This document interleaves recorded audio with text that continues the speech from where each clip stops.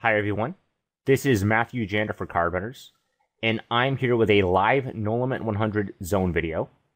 But before we jump right into live play, I wanted to go over a couple of my goals for this session, because I'm a really big believer that you want to have a few aspects of your game that you're working on at once, because if you try to do too many things at once, you tend to forget stuff, you tend to get mixed up, and I think it ends up resulting in you playing worse and not learning as effectively as you could.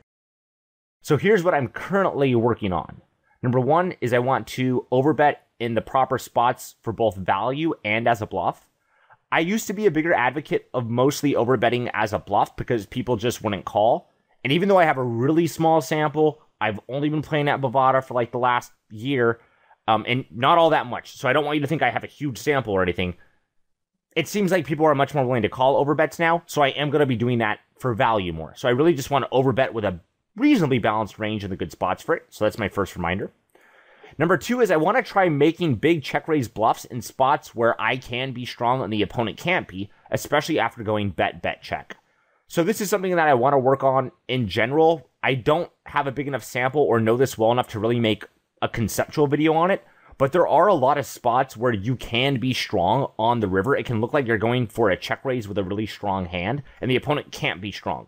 So I want to become more aware of what I should do on the river after I bet the flop he called, bet the turn I call. Did I check the river and he bets? So maybe I had an air hand on the river, I planned on check folding, but once the guy bets, he's maybe going for thin value, and I can make a check raise and push him off. I don't really know how well it's going to work. I haven't done it enough yet, but it's something I want to work on, so I'm going to look for it in this video. And number three is I'm starting to make a limping strategy in the small blind, and I also want to employ a counter strategy against people that are limping against me when I'm in the big blind. So these are the goals that I'm working on right now, and so you'll probably see me try to emphasize them a little bit in this video. When you start playing your own live sessions, you should have a few things that you're working on, again, so you can improve and not get overloaded with too many new concepts at once.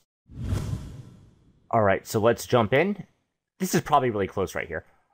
And the other thing I want to remind myself whenever I start playing a session is you don't want to play emotionally. So we want to make every single correct decision that we can, regardless of how we're running. And I think that's really important to do because it's really easy to tilt whether you're running really good or really poorly. And we don't want to do that. We want to just make the correct decision every single time. That's our goal. That's what we can control. Nothing else really. All right.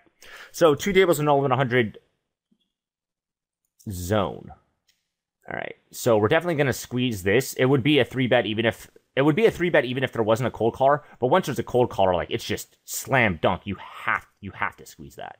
And if you're beat, you're beat. If you 4-bet something reasonable, we're just going to end up calling. But like I've seen a few people post hands in the forums where they're like not squeezing aggressively enough. Like even jacks, I think, is a really clear squeeze here.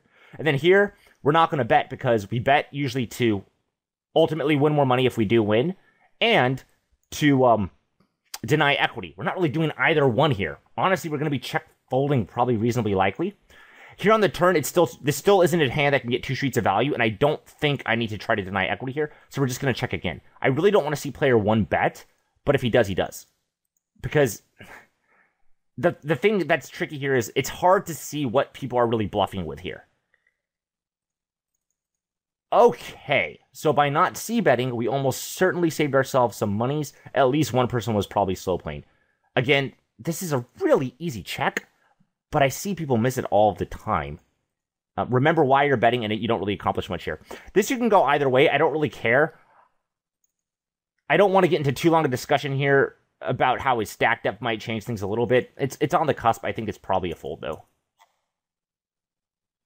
I'm still 3-betting a mostly polarized range in position, and against an under the gun open, ace-jack off doesn't really have the right type of equity as a call, because, under the gun's opening range is pretty strong, and ace-jack off doesn't really make nut-type hands, right? It makes, like, pretty reasonable pairs. So it'd be, like, a great hand to call with, I think, if the cutoff opens and I'm in the button, especially against weak opponents.